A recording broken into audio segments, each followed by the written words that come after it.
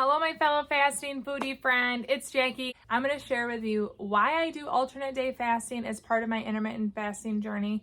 I'm going to share with you exactly how I personally implement it. There are many ways.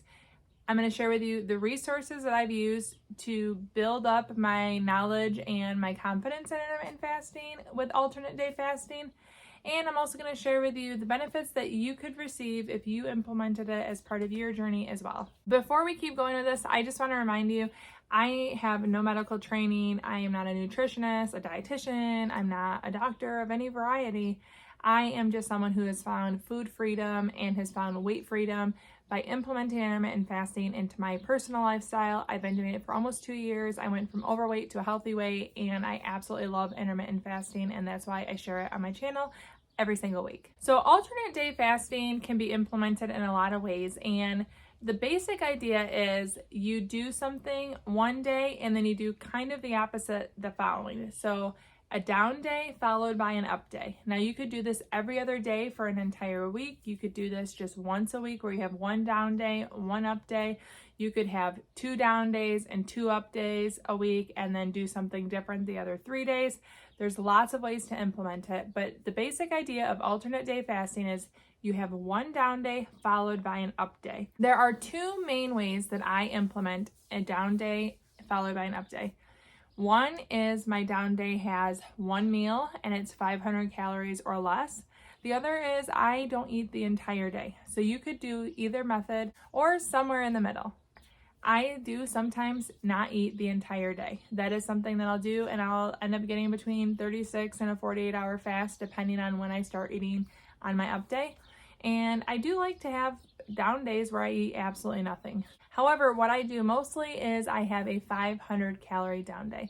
And that means on the down day, I fast, then I have a single meal, and in that single meal, I am limited to 500 calories. This is the only time that I count calories as an intermittent faster.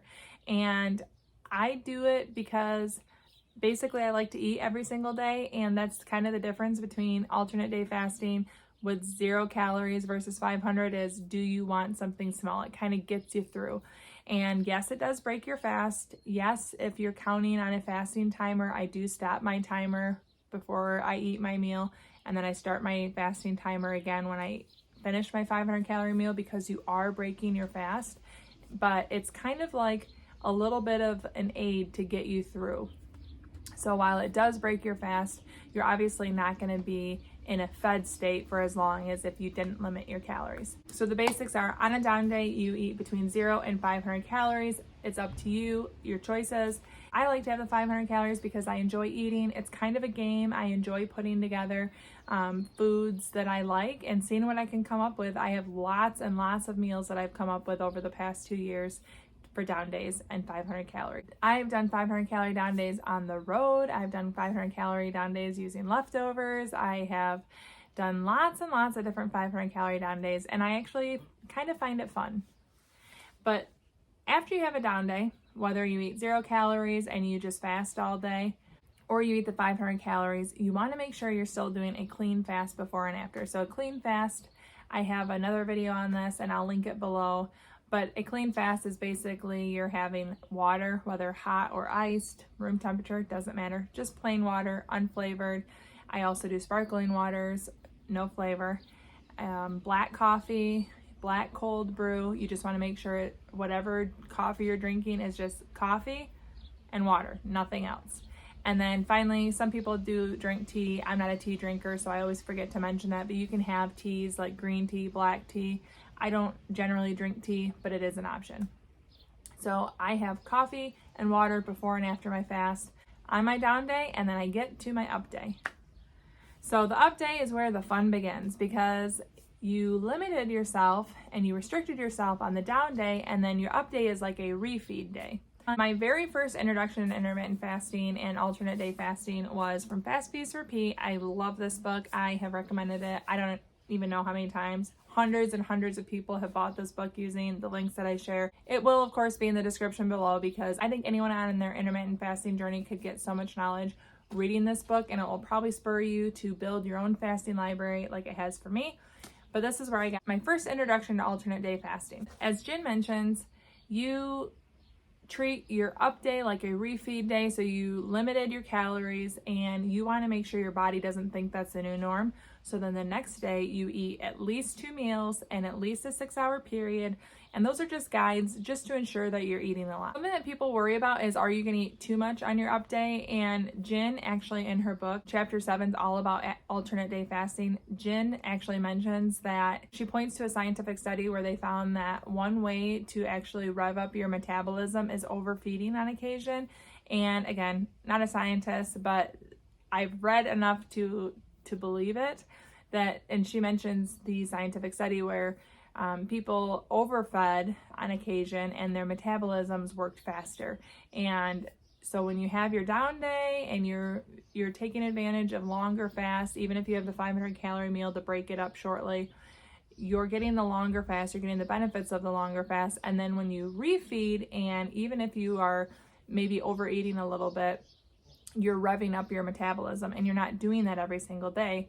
So it's the cycle kind of throws your body through a loop. So quick recap. Down day, I eat between 0 and 500 calories. Almost always it's the 500 calorie. I like to have the short meal. I usually eat it about lunch, and then I fast all the way to my up day lunch, where I usually break my window at lunchtime, and then I eat lunch, snacks, and dinner, and even snacking after dinner if I want, for at least a 6-hour eating window. That is how I do it, but here are the benefits and why I do it. I am not actively losing weight anymore. So people ask me, why do you still do alternate day fasting once a week? There are a lot of benefits. One of them is, as Jen points out in her book, our bodies will adapt to whatever schedule you set it to. So if I ate from 4 p.m. to 7 p.m. every single day, my body's going to adjust to that.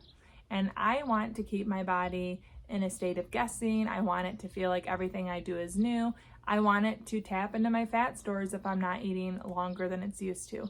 So part of that is giving my body variety, a variety of eating windows, a variety of fasting windows.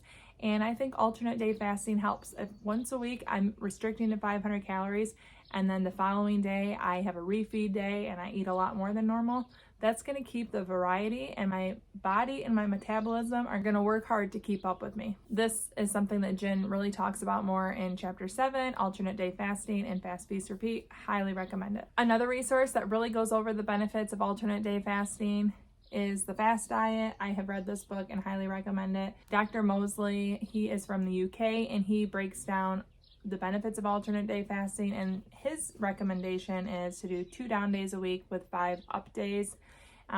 And he gets really into science, data. Like I mentioned, he's a medical doctor, and he gives a lot of really good information. If you want more foundation, highly recommend this book.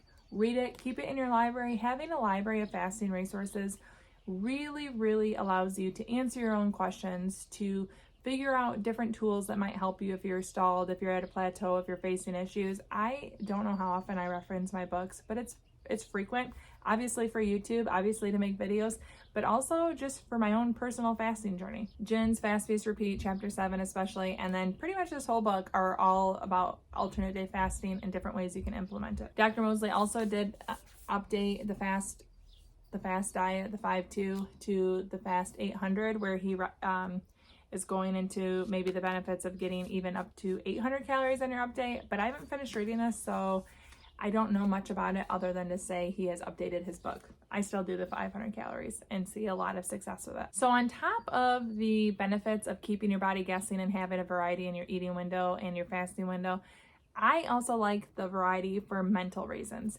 If every day I feel like I am stuck at eating 1 meal a day, I don't really battle with that much because I enjoy my 1 meal a day so much. It's not hard, but it is nice to have days that I look forward to having the 2 meals or to having an all-day event where I eat. So I actually really enjoy the mental variety, looking forward to different schedules, having the flexibility. They say variety is the zest of life, and I like variety in all things that I do. The foods that I eat, my eating windows, and my fasting times. And it just keeps my fasting journey fresh and new and different ways to implement it. So when I know that I can do a down day and then an up day, and that it's still part of like my intermittent fasting tools, and I'm still working towards my goals and towards wellness, it feels really good that I am doing something purposefully, but still enjoying the day where I eat a lot. Recently, I even shared that my daughters and I had a girls' date. We went and made candles, and they got to pick where we went to dinner and dessert, and they picked Sonic for slushy shakes, and we had Qdoba. And it was fun that I planned an up day because I knew we were doing that. And so it was fun to plan to eat a lot more on that day and really enjoy my time with my girls, intentionally planning that that was a feast day for me. And I loved every minute and every bite of it. There's also the benefit of autophagy. Autophagy is a Greek word, and it has something to do with like cell recycling. I can't remember exactly what it is, but basically it's your body taking the dead, damaged cells and getting rid of them. And the longer that you fast, the more you experience and benefit from autophagy.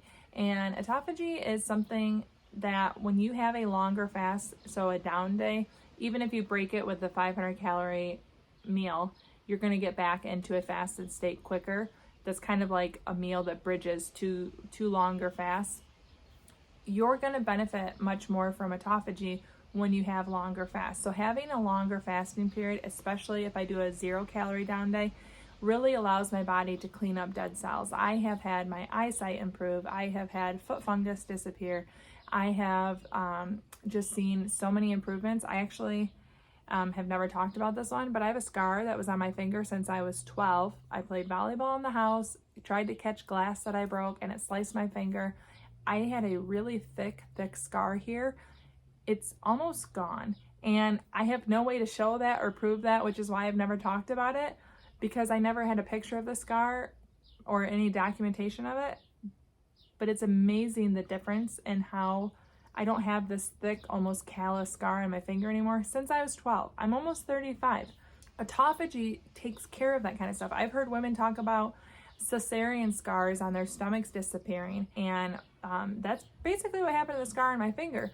So autophagy really cleans up the cells, the damage, the repair, the dead cells in your body, and when you have a down day, you're really encouraging greater lengths of autophagy.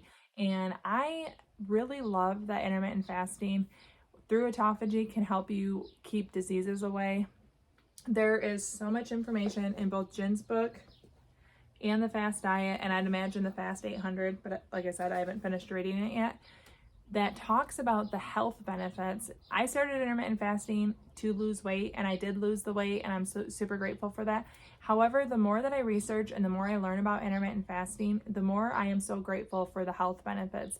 It can really help you decrease inflammation. It can help you rejuvenate damaged cells within your body. It can help you get rid of visceral fat. It can help you feel better mood-wise, brain. There's so many health benefits that autophagy lends itself to as part of the intermittent fasting process, and I am all here for that. So if I can do things that maybe I'm not losing weight, I'm fine with that. I feel great right now in my skin and in my body, but I'm going to still try to reap as much benefits as I can from intermittent fasting, and having a down day allows autophagy to just keep working.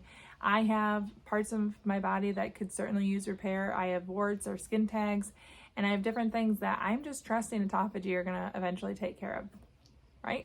For more scientific data and to get the specifics from experts, read these books. I'm not an expert, I'm just experienced, and I absolutely love intermittent fasting, and I have seen alternate day fasting work well in my life. I like the variety, I like the benefits, and if you're curious how I put together 500 calorie meals, I'm going to link a playlist right here. You can watch and see all of the 500 calorie meals that I've shared and come up with over the past almost 2 years. There's a variety in food, level of effort, but they're all delicious, and they're all meals that I've enjoyed as part of my 500 calorie down day journey, and you can find them all right here.